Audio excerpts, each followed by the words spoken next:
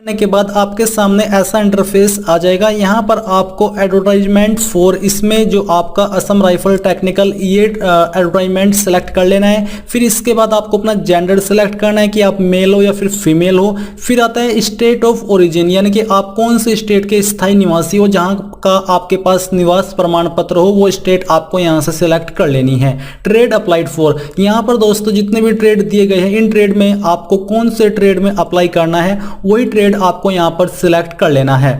जैसा कि आप यहां पर देख सकते हो, हमने हवलदार क्लर्क सिलेक्ट कर लिया है। फिर आता है नीचे चूज अप्लाइड कास्ट, तो आप कौन सी कास्ट से अप्लाई कर रहे हो, आपको यहां पर अपनी कास्ट सिलेक्ट कर लेनी है। फिर आपसे पूछा कि क्या आप इकोनॉमिकली वीकर सेक्शन से बिलोंग करते हो, अगर हाँ तो यस कीजिए, नहीं तो आपको नो करना है।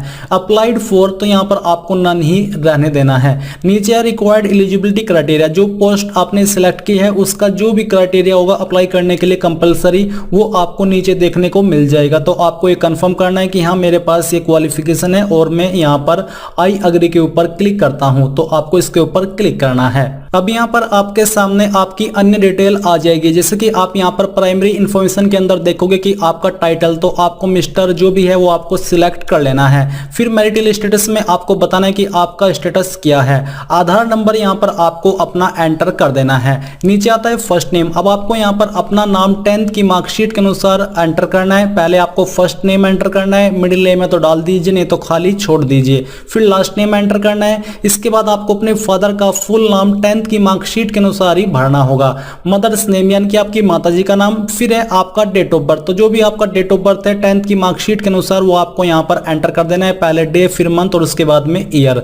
रिलीजन आपका जो भी है वो यहां से आपको सिलेक्ट कर लेना है। इसके बाद अगर आपका स्टडी फोन नंबर भी है तो यहां पर आप दे सकते हैं, नहीं तो आप इसको खाली छोड़ दीजिए। और मोबाइल नंबर के अंदर अपना मोबाइल नंबर एंटर कर दीजिए। ईमेल के अंदर आपको अपनी वैलिड ईमेल आईडी एंटर कर देनी है। फिर आता है स्टेट ऑफ ओरिजिन, जो कि आप भर चुके हो। इसके सामने सिलेक्ट कम्युनिटी इफ एनी, आपकी इनमें से जो भी कम्युनिटी है वो आपको यहां पर सिलेक्ट कर लेनी है। और इसके बाद दोस्तों नीचे है एड्रेस इन्फॉर्मेशन, जहां पर पहले आपको अपने कोरस्पोंडेंस एड्रेस यानी कि प्रेजेंट एड्रेस की जानकारी भरनी है। तो जो भी आपका प्रेजेंट एड्रेस है वो आपको देना है। आपको बोले कि एक्सेप्ट डिस्ट्रिक्ट एंड स्टेट, आपको डिस्ट्रिक्ट एंड स्टेट यहां पर मेंशन नहीं करनी है। डिस्ट्रिक्ट के लिए आपको अलग से कॉलम दिया है, यहां पर आपको अपनी डिस्ट्रिक्ट लिखनी होगी। फिर दोस्तों कोरस्पोंडेंस स्टेट, अब आपको यहां पर अपनी स्टेट सिलेक्ट कर लेनी है। आपके पोस्ट ऑफिस का पिन कोड जो भी है वो यहां पर आपको एंटर करना है। नीचे है परमानेंट एड्रेस, साथ ही कि is permanent address differ from correspondence address, अगर आपका परमानेंट और कोरस्पोंडेंस एड्रेस अलग है तो यहां पर टिक कर दीजिए। अगर सेम है तो यहां पर आपको इसके ऊपर टिक करने की आवश्यकता नहीं है। इसके बाद दोस्तों यहां पर आपको बोला है कि कास्ट, तो आपकी जो भी कास्ट है वो यहां पर आप ऊपर सेलेक्ट करके नीचे आपको कास्ट लिख देनी है। और साथ ही आपको जो कास्ट सर्टिफिकेट है, अगर आप इस फॉर्म को SC ST OBC से भर रहे हो तो वो आपको यहां पर अपलोड भी करना है, जिसका साइज जैसे कि मैंने बताया कि 50 से 80 KB के बीच में रहना चाहिए। इसके बाद दोस्तों आपके सामने क्वालिफिकेशन की जानकारी आ चुकी है, तो आपको यहां पर सबसे पहले अपनी 10th की क्वालिफिकेशन सिलेक्ट कर लेनी है। तो हम यहां से 10th सिलेक्ट कर लेते हैं। फिर दोस्तों यहां पर आपको बोला जा रहा है कि बोर्ड यूनिवर्सिटी, तो आपने किस बोर्ड या किस यूनिवर्सिटी से की है वो आपको यहां पर इसके ऊपर क्लिक करके बताना है। अगर आपका बोर्ड यहां पर नहीं है तो आप अदर के ऊपर क्लिक कर दीजिएगा। फिर दोस्तों यहां पर पासिंग ईयर यानी कि कौन से ईयर के अंदर आपने पास किया वो आपको एंटर करना है। टोटल मार्क्स आपके कितने थे वो आपको लिख देने हैं। जो भी बेसिकली आपके 10th के अंदर मार्क्स थे वो आपको देना होगा। और इसमें से आपको कितने नंबर आए थे वो आपको मार्क्स ऑफ 10th के अंदर लिखना है, परसेंटेज आपकी आ जाएगी। सेम वे में यहाँ पर अगर आपने 12वीं किया तो आपको अब 12th सिलेक्ट कर लेनी है और उसकी जानकारी भी आपको बाकी की सेम तरीके से भरनी है। जैसे कि आपने 10th की जानकारी भरी है, अपने बोर्ड का नाम सिलेक्ट कर लीजिए, पासिंग ईयर, टोटल मार्क्स, जितने नंबर उसमें आपको आए थे वो आपको मार्क्स ऑफ 10th के अंदर लिखना है और यहाँ पर आपको अपनी परसेंटेज डाल देनी है। ऊपर यहाँ पर उनके लिए भी बोला कि grading system, for grading system convert CGPA into percentage, जिनके नंबर ग्रेडिंग के अंदर है उनको CGPA परसेंटेज के अंदर कन्वर्ट करके देन यहाँ पर आपको वो एंटर करने होंगे। तो यहाँ पर आपने क्वालिफिकेशन भर दी है। अगर आपने डिप्लोमा किया है तो आपको एक और कॉलम के अंदर यहाँ पर डिप्लोमा सिलेक्ट करके बोर्ड की जगह अपने इंस्टीट्यूट का नाम देना होगा। और अगर आपने ग्रेजुएशन किया तो बोर्ड की जगह आपको यहाँ पर यूनिवर्सिटी का नाम दे देना है और बाकी की जानकारी सेम वे में भर देनी है।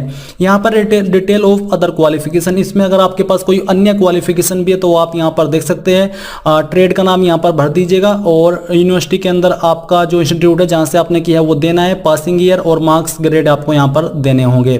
फिर है एनसीसी सर्टिफिकेशन, अगर आपके पास कोई सर्टिफिकेट है एनसीसी का एबीसी में से कोई भी तो आपको सिलेक्ट कर लेना, नहीं तो नन के ऊपर क्लिक कर दीजिए। डिक्लेरेशन ऑफ रिजल्ट अपलोडिंग, तो यहाँ पर आपको बोला कि are you agree to upload result online, क्या आप ऑनलाइन रिजल्ट अपलोड करना चाहते हैं, अगर हाँ तो ये आपको इसके ऊपर टिक करना, नहीं तो इसको ऐसे ही छोड़ देना है।